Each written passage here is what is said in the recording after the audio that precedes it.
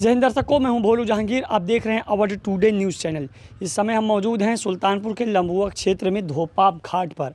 इस घाट के बताए जाने से कोई मतलब नहीं है, क्योंकि ये घाट वो घाट है, अपने आप में एक चर्चित घाट है। सभी जानते हैं, जब प्राण प्रतिष्ठा हो रही थी इस घाट पर इतनी भीड़ थी, हमारा चैनल आप लोगों के साथ भी पहुंचा था और यहाँ की सारी आपको सुविधाएं भी दिखाया था, किस तरह की सुविधा है। आज हम सुविधा पर ही बात करने वाले हैं, क्योंकि लोकसभा का चुनाव नज़दीक है और सुल्तानपुर के सांसद में इनका संजय गांधी हैं।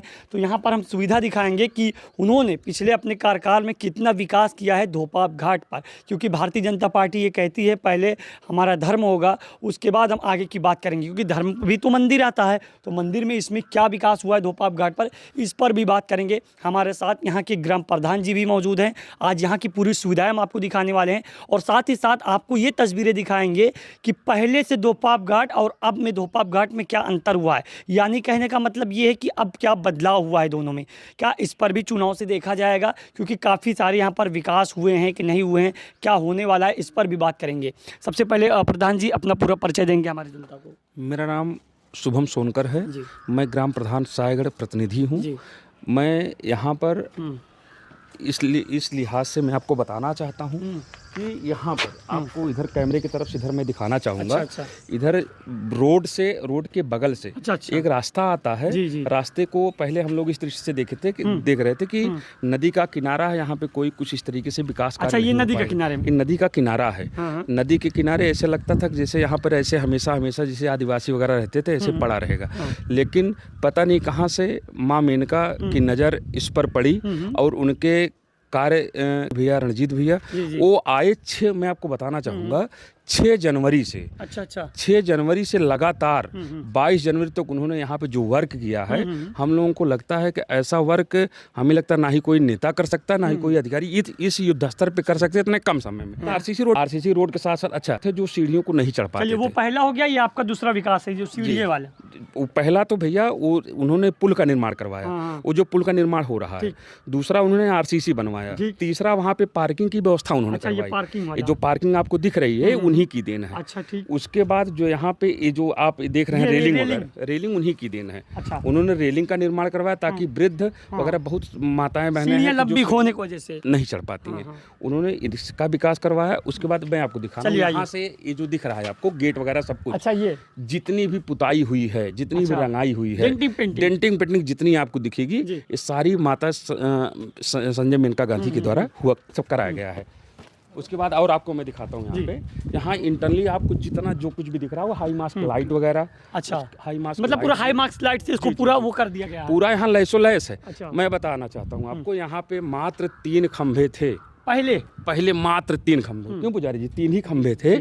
यहाँ पे इस समय मान के चलिए 8 से 10 खंभे लगातार इस पर युद्ध स्तर पर काम करा करके लगातार खंभे से पूरा विद्युतीकरण करा करके इसको पूरा प्रकाशमय बनाया। मैं आपको बता देना चाहता हूँ, रात्रि में 7 बजे के बाद कोई क्षेत्र का व्यक्ति इस मंदिर पर नहीं दिखाई देता था सिवाय पुजारी जी के। पहले अब मैं बता रहा हूँ 11 बजे रात तक यहाँ महिलाएं, बूढ़, वृद्ध, बुजुर्ग यहाँ पे लोग टहलने आते हैं। अच्छा, रात्रि में 11 बजे मैं बता रहा हूँ, मतलब इतनी रौनक हो जाती है। रौनक हो गई है।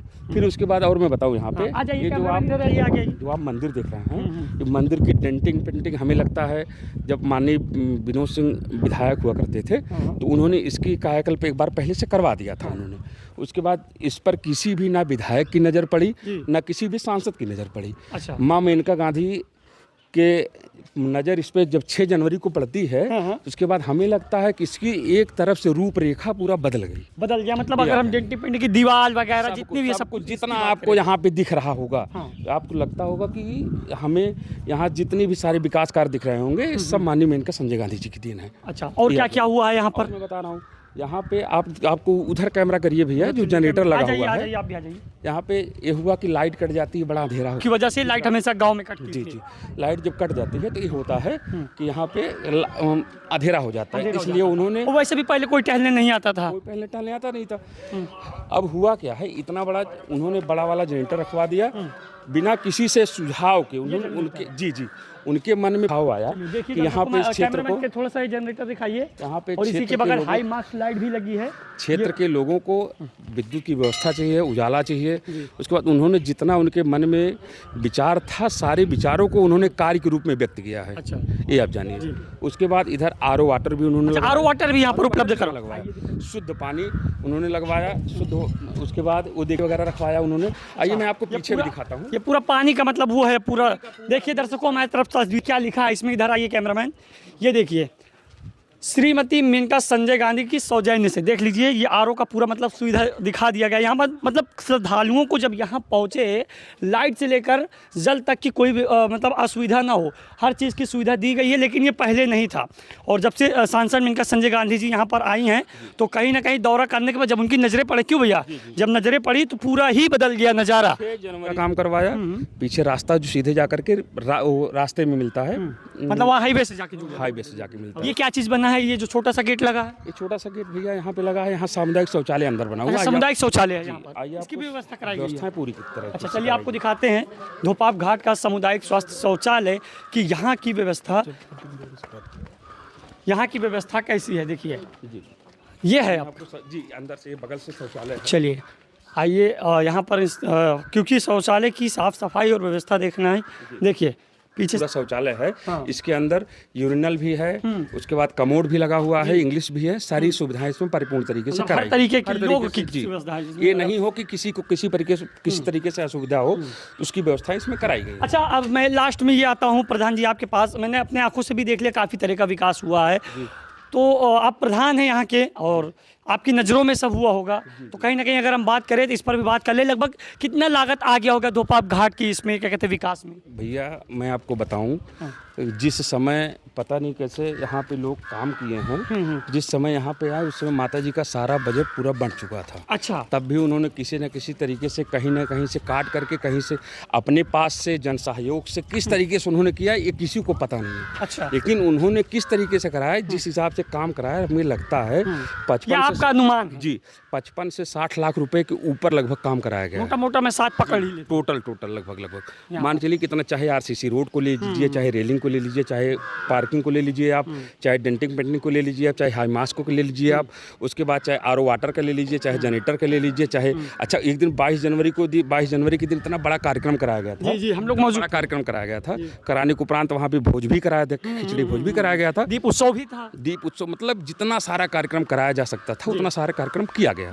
और अब उसमें क्या लागत, मेरी क्या हिम्मत मैं किसी से लागत पूछूं, क्योंकि देखिए जब उनका बजट पूरा बढ़ चुका था तब उनकी नज़र इस पे पड़ी, लेकिन तब भी उन्होंने इस चीज़ को कह करके नज़रअंदाज नहीं किया कि अगले बजट में करूंगी। उनके पास जो भी था, जैसे भी था, उसी तरीके से धोपाप को उन्होंने अच्छा काम करके दिखाया। इस लोग से हम लोग अच्छे खासा प्रेरित हैं। अच्छा, हम लोग अभागे थे कि हम लोगों पर बहुत कम समय मिला, लेकिन यही हमें लगता है कि 6 महीने पहले समय मिलता हो तो धोपाप और ऊपर चल के आगे बढ़ता। मैं माता जी से यही निवेदन करूंगा कि वो आए जीत करके फिर से धोपाप पर अपनी नज़र डालें।